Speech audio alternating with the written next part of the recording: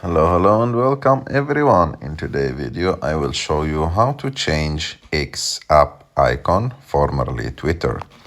To do this it's very simple. You have just to go to X app, and of course to do that you should be a premium subscriber. So you click on your profile picture on the top left of the screen. After that go and click on premium.